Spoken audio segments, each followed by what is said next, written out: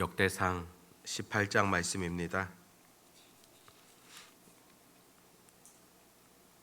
역대상 18장 1절에서 17절 말씀입니다. 우리 같이 하나님의 말씀을 읽도록 하겠습니다. 그 후에 다윗이 블레셋 사람들을 쳐서 항복을 받고 블레셋 사람들의 손에서 가드와 그 동네를 빼앗고 또 모압을 치매 모압 사람이 다윗의 종이 되어 조공을 바치니라.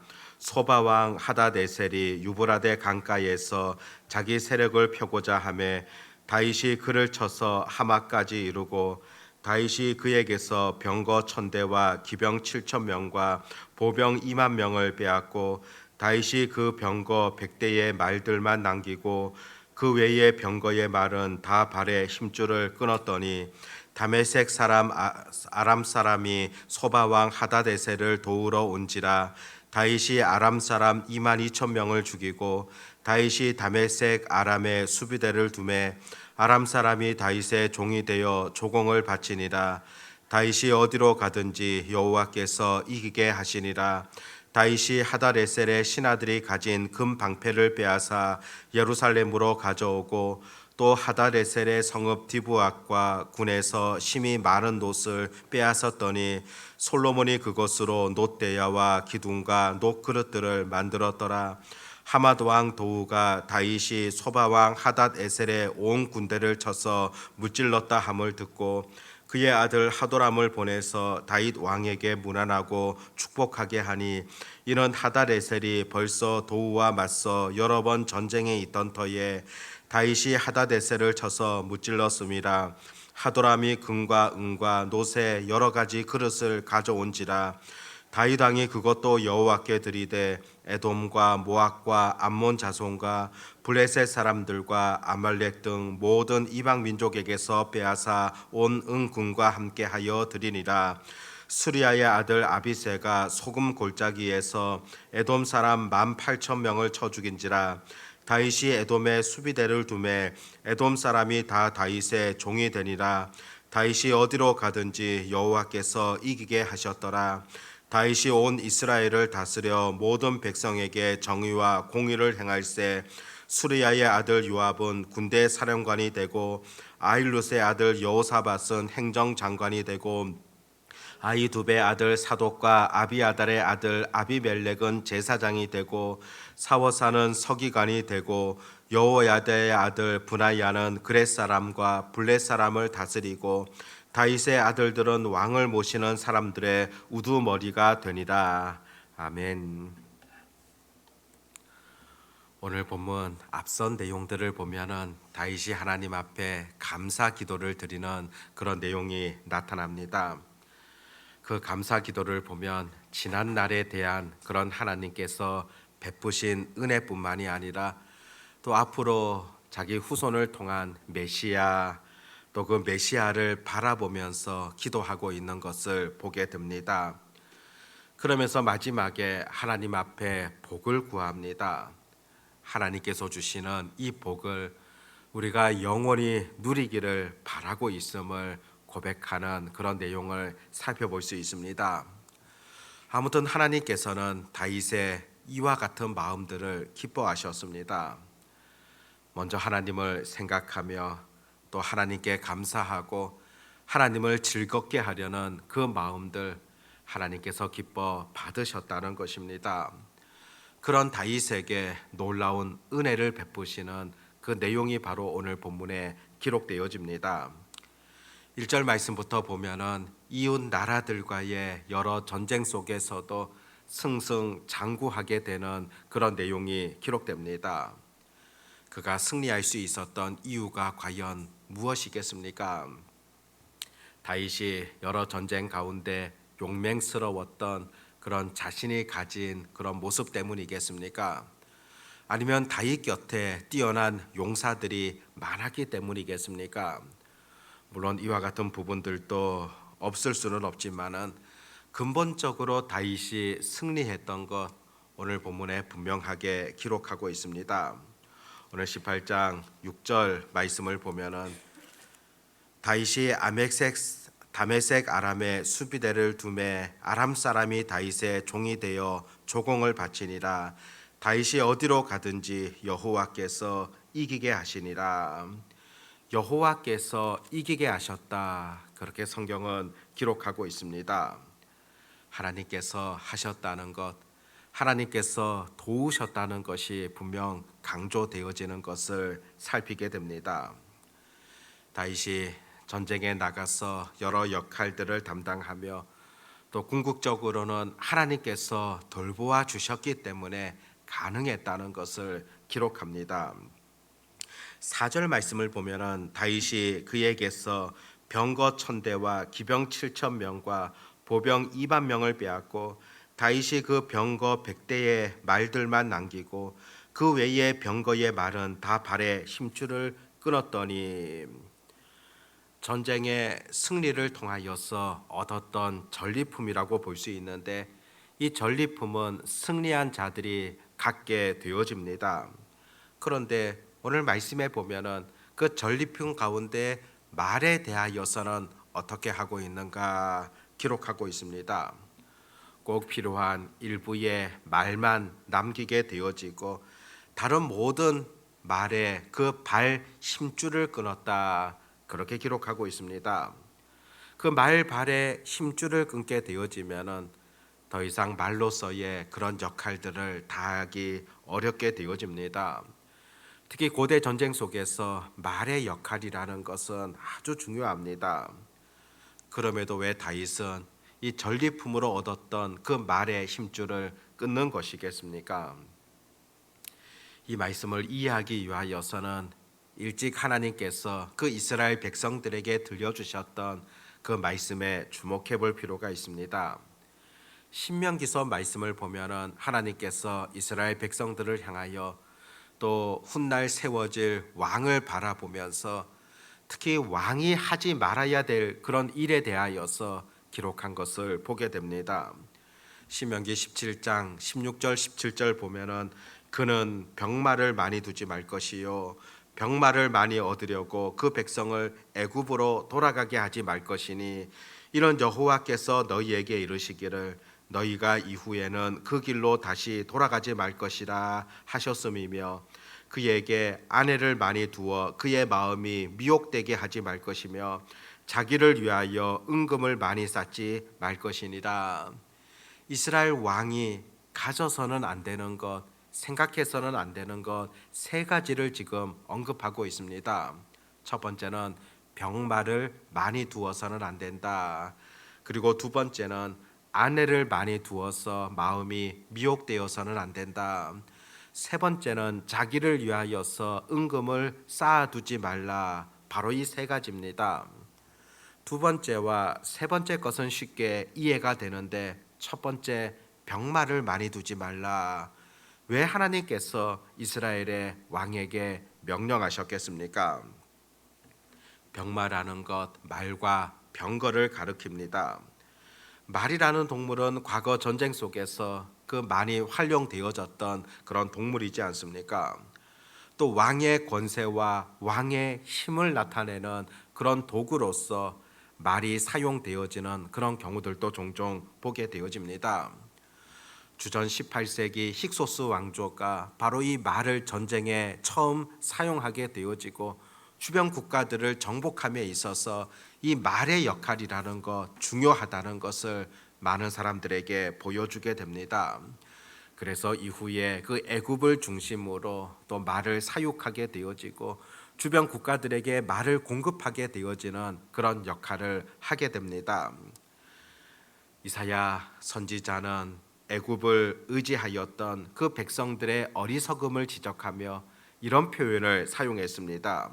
이사야 31장 1절을 보면 도움을 구하려 애굽으로 내려가는 자들은 화 있을진저 그들은 말을 의지하며 병거의 많음과 마병의 심히 강함을 의지하고 이스라엘의 거룩하신 이를 앙모하지 아니하며 여호와를 구하지 아니하나니. 이스라엘 백성들을 애굽의 도움을 구하기 위하여서 찾아가게 됩니다. 애굽이 가졌던 그 힘을 의지하는 경우도 있지만은 애굽이 갖고 있었던 그 말을 가져오려는, 그 말을 의지하려는 그런 마음이 강했다는 것을 보게 됩니다. 그런데 그 애굽의 도움을, 그 말을 의지해서는 안 된다고 선지자를 통하여서 전해주고 있습니다. 전쟁에 있어서 귀한 자원이며 힘이 되어지는 것 분명하지만은, 그렇기 때문에 말을 의존하게 되어질 가능성이 많지만은, 또 전리품에서 얻었던 큰 수확이 바로 이 말이었지만은, 하나님께서는 분명하게 일찍이부터 그 이스라엘 백성들, 특히 왕에게 전해주셨던 가르침이 있었다는 것입니다. 이스라엘은 말을 의지하는 것 아니라 오로지 하나님을 의지해야 된다는 것을, 오직 하나님만 의뢰해야 된다는 것을 늘 가르쳐 주셨다는 것입니다. 다윗과 달리 솔로몬을 보십시오. 열왕기상 10장 26절 말씀 보면 솔로몬이 병거와 마병을 모음에 병거가 1,400대요 마병이 12,000명이다. 병거 성에도 두고 예루살렘 왕에게도 두었으며, 솔로몬 같은 경우에는 자기 가장 가까이에 말과 마병을 두었다, 그렇게 기록합니다. 열왕기상 10장 28절에도 솔로몬의 말들은 애굽에서 들여왔으니 왕의 상인들이 값주고 산 것이며, 애굽에까지 가서 그 말들을 사왔다고 그렇게 기록하고 있습니다. 하나님께서는 그 왕에게 말을 두지 말라 명령하셨지만은, 오히려 솔로몬은 말을 가까이 하고 말을 수집하는 데 힘썼음을 보게 되어집니다. 바로 이것이 솔로몬이 그 마지막 때 타락하였던 그런 삶의 모습이다, 분명하게 바라보게 되어집니다. 오늘 본문에서 다윗이 그 말에 힘줄을 끊었다, 더 이상 이 말을 사용하지 않겠다는 그런 의지라고 볼 수가 있습니다. 바로 다윗이 가졌던 믿음이라고 볼 수 있고 하나님의 말씀에 대한 순종함이다, 그렇게 보게 되어집니다. 그렇게 다윗은 훗날 시편 말씀을 통해서도 이런 고백을 합니다. 시편 20편 7절과 8절 보면 어떤 사람은 병거, 어떤 사람은 말을 의지하나 우리는 여호와 우리 하나님의 이름을 자랑하리로다. 그들은 비틀거리며 엎드러지고 우리는 일어나 바로 서도다. 어떤 사람들은 병거, 또 어떤 사람은 말을 의지하게 되지만은 그들은 결국 비틀어지고 넘어지게 될 것이다. 그렇기 때문에 나는 오로지 우리 여호와의 이름을 자랑하며 하나님을 전적으로 의지하겠노라. 그가 바로 일어나 바로 서는 자다. 그렇게 시편을 통하여서 고백하는 것을 듣게 되어집니다. 그뿐이 아니라 그가 가져왔던 전리품들 어떻게 활용되어지는가도 살펴볼 수가 있습니다. 7절부터 보면은 금 방패를 예루살렘으로 가져왔다. 8절에 놋을 가져왔는데 훗날 그 놋이 솔로몬에 의하여서 성전 건축에 사용되어집니다. 10절에 금과 은과 놋을 가져와서 또 어떻게 활용되어집니까? 11절에 보면은 다윗 왕이 그것도 여호와께 드리되, 하나님께 드렸다고 그렇게 말씀하는 것을 보게 되어집니다. 일찍이 사울 왕 같은 경우에는 하나님께서 다 도말하라 그렇게 명령하셨음에도 하나님의 명령을 거절하면서 자기 이득을 취했던 그런 삶이 있었습니다. 그런데 다윗은 그 전리품도 모두 하나님께 드렸음을 그렇게 고백하며 기록하는 것을 보게 됩니다. 14절에서는 다윗이 모든 백성에게 정의와 공의를 행하였다. 그가 얼마나 하나님 앞에서 현명한 왕이었던가를 또다시 보게 되어집니다. 오늘 본문에 보면은 그 다윗이 승리할 수 있었던 그 비결 6절과 13절에서 표현하기를 어디로 가든지 여호와께서 이기게 하셨다. 어디로 가든지 여호와께서 이기게 하셨기 때문에 다윗은 그의 삶 가운데 이렇게 승리의 나날들 보낼 수 있었다는 것입니다. 그런데 우리가 그 부분만 보는 것 아니라 무엇 때문에 그가 이길 수 있었던가, 그것을 깊게 묵상하며 우리 삶 가운데 적용해야 됩니다. 철저하게 하나님의 말씀에 집중했고 하나님의 뜻을 쫓아갔었고 또 하나님께서 기뻐하시는 그 일들을 행하였기 때문에 그와 같은 행동이 있었기 때문에 여호와께서 승리케 하셨다는 것을 우리가 분명 보아야 됩니다.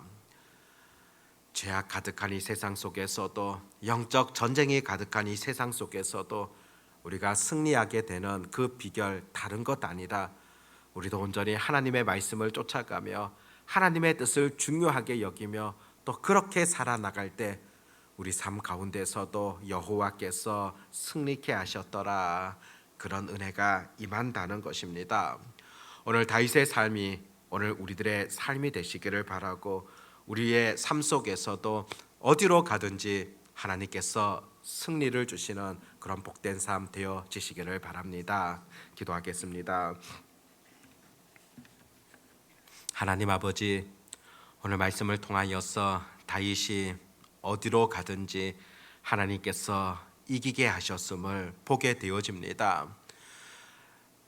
다윗이 하나님 앞에 늘 말씀의 소중함들을 잊지 아니하고 하나님 말씀에 대한 순종함과 온전한 실천으로 나아갈 때 하나님께서 이와 같은 은혜를 베푸셨음을 우리가 바라보게 하여 주시옵시고 영적 전쟁 가운데서도 우리가 승리할 수 있는 그런 비결은 그 어떤 것 아니라 하나님의 능력과 도우심을 통하여서 또 전적으로 하나님의 말씀을 신뢰하며 또 그것에 순종함을 통하여 이루어진다는 것을 우리가 잊지 아니하도록 도우시기를 소망합니다.